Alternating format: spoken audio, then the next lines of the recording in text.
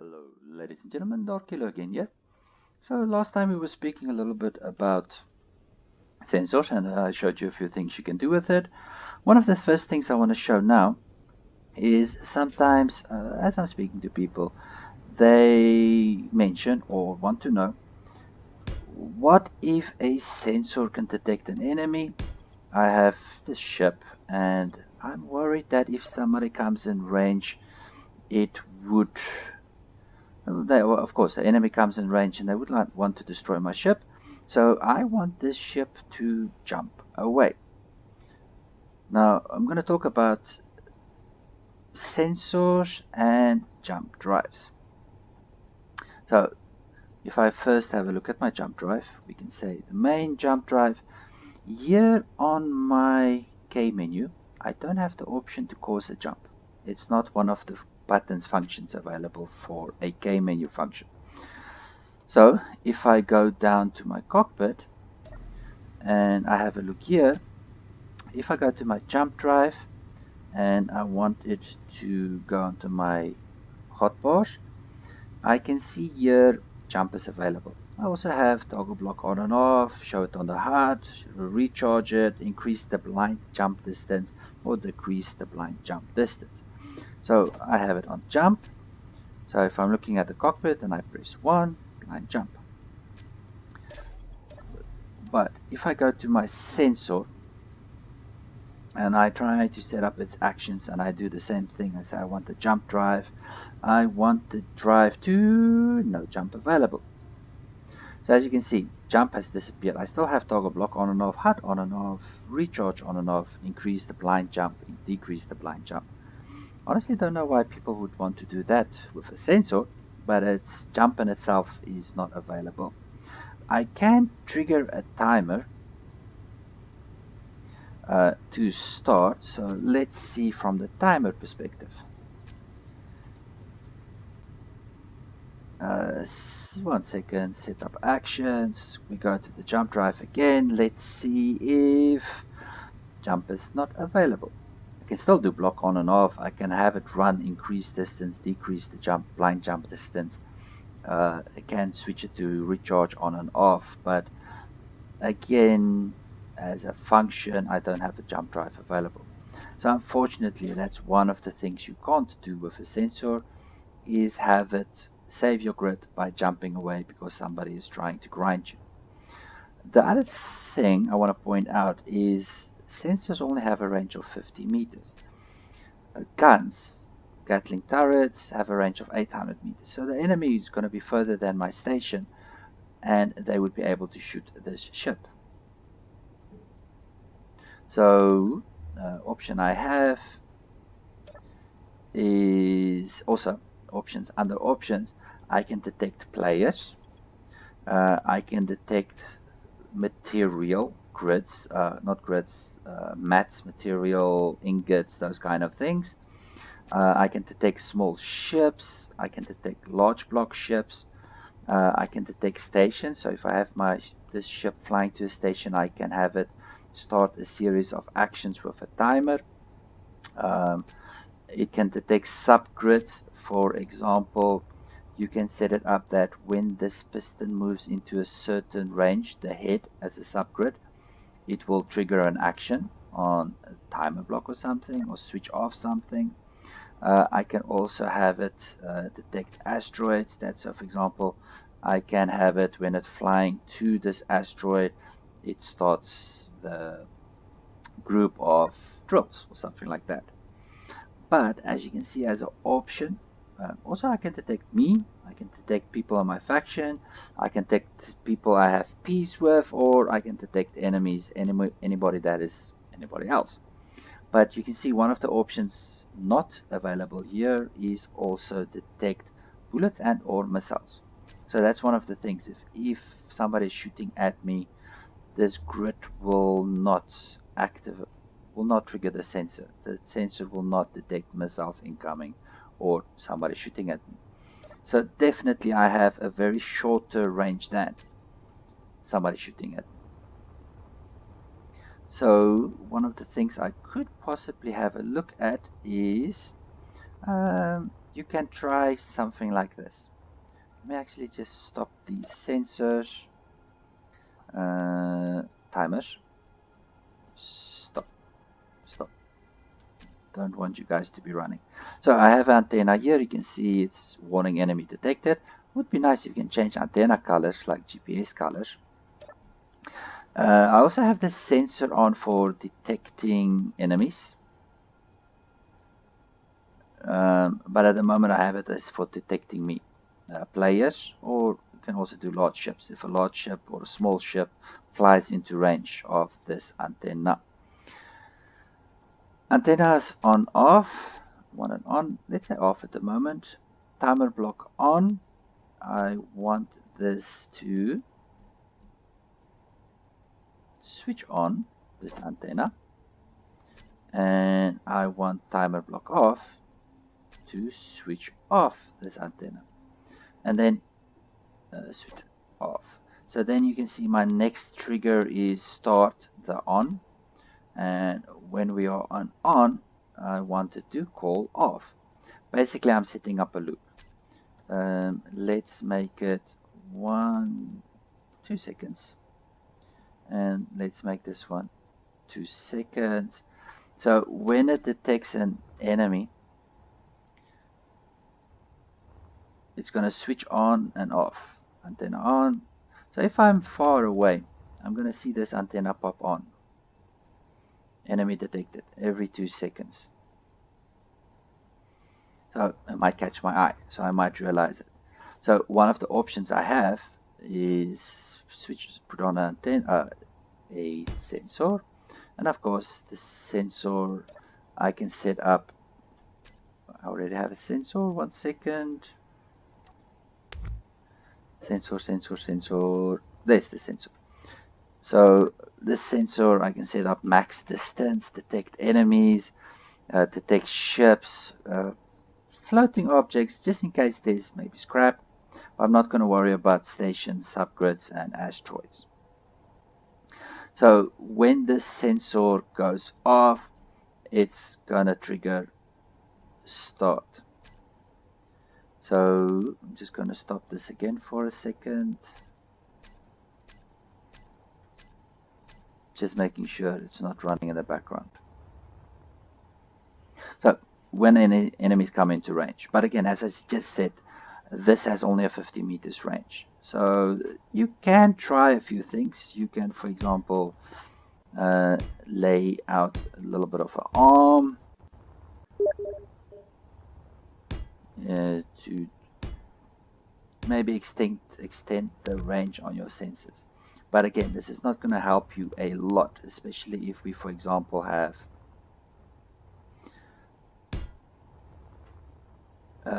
limited PCU and you are putting up a large construction in space trying to detect enemies coming to your base. So what could we possibly do as an option B? I am going to put a decoy here, and I'm going to put a decoy here. So I'm just putting a little bit of range between my actual batteries and timers and things, so that when an enemy is shooting at me, it's not destroying these grids first. Hopefully it will go for this first. And I'm going to put a timer out here, and I'm going to put a timer out here. Now the one thing about the sensor is if it detects, as I said, other ships, and I've got it for detecting myself and my grids, that it will also trigger the timers. So this timer block here, what I am going to set up on this one, with my interface, of course, there. I'm just going to call this detector 1. So that of course will mean that one is detector 2. So as you can see, I have this timer running on 2 seconds.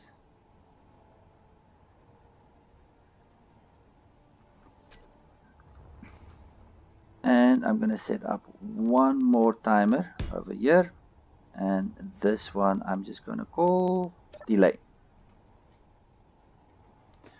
Now delay I have set up for 10 seconds.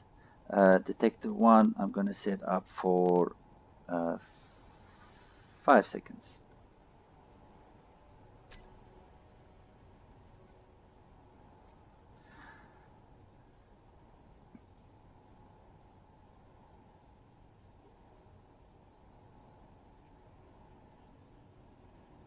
So no, actually I'm going to call this one activate. Setup actions, this one is going to start this one. So activate is going to do 10 seconds and then activate the 2-second antenna loop, those two. But what I'm going to set detector 1 and detector 2 for is that every 5 seconds it's going to start or activate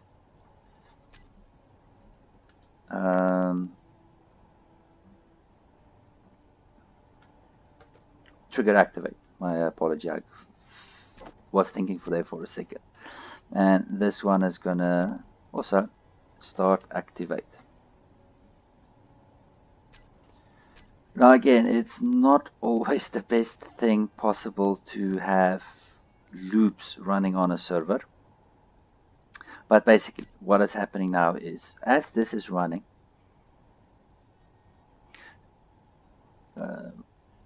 activate, stop. I'm going to set this one, sorry, I forgot one thing. Detector 1, start yourself again, and detector 2, also start yourself again.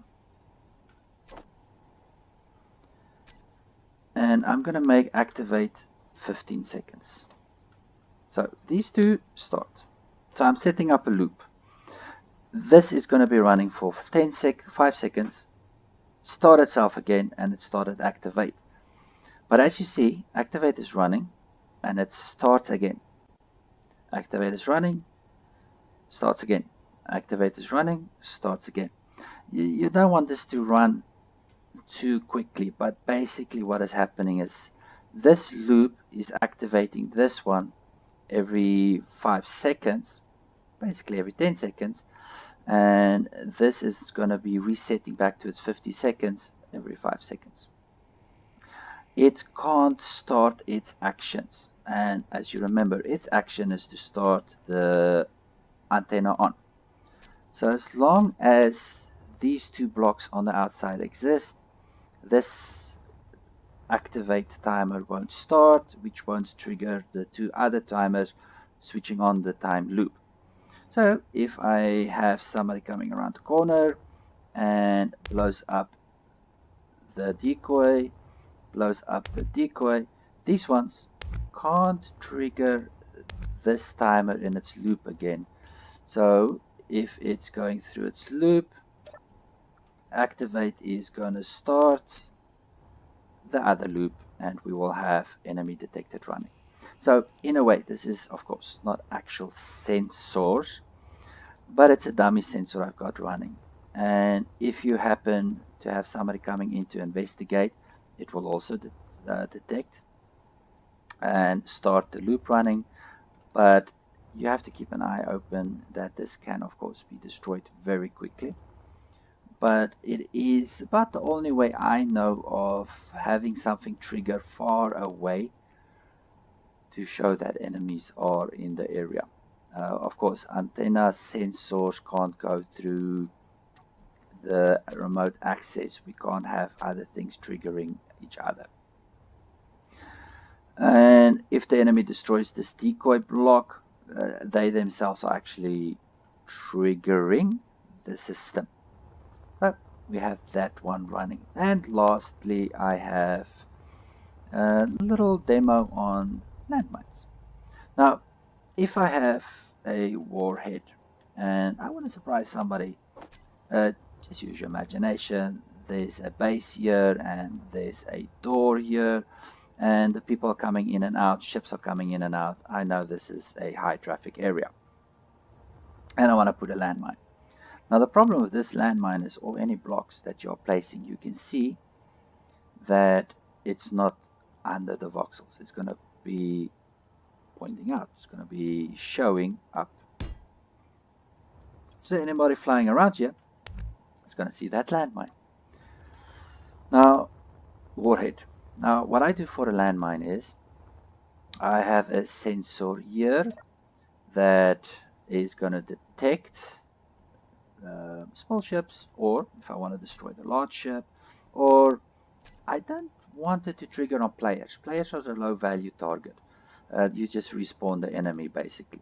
But I do want to destroy maybe, for example, a rover or a ship coming out. And of course, I wanted to detect enemies. And of course, I don't want to destroy a friend, somebody I have peace with. The warhead activate, and the sensor detonates the warhead. The other things I have on this is a power source so that the sensor can work, and I also have a solar panel that I will actually be hiding underground. You don't necessarily need a solar panel, but you are going to run out of power eventually on the sensor drawing power. And also, of course, you can set up how far the sensor is detecting people. Now 50 meters is a little bit way too much. I want it more in some line of say 10, 10,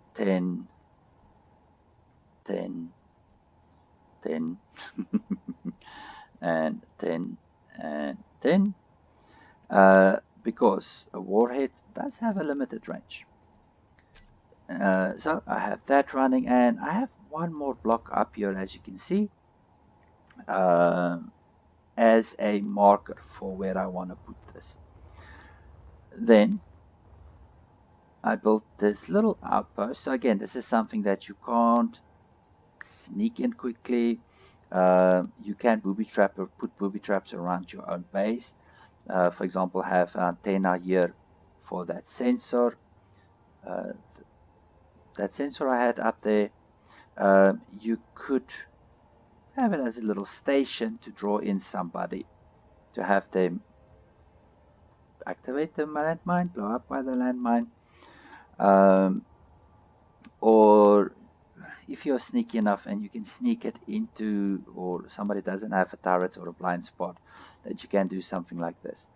So again, I have a battery for a power source, and also as a marker, just 2 blocks that I can build up a projector, and I can build up the control seat. So I have my little landmine, and I want to sneak it underground.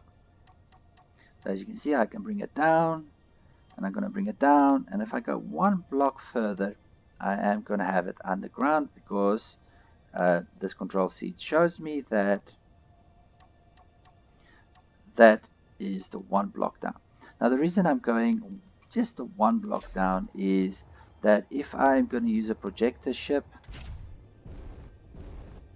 to do the welding, I want it just deep enough that my welder can still activate this block or weld the blocks, but also deep enough that it's not going to be triggering, or deep enough that I can weld it, but not so low that it's going to be poking out the ground.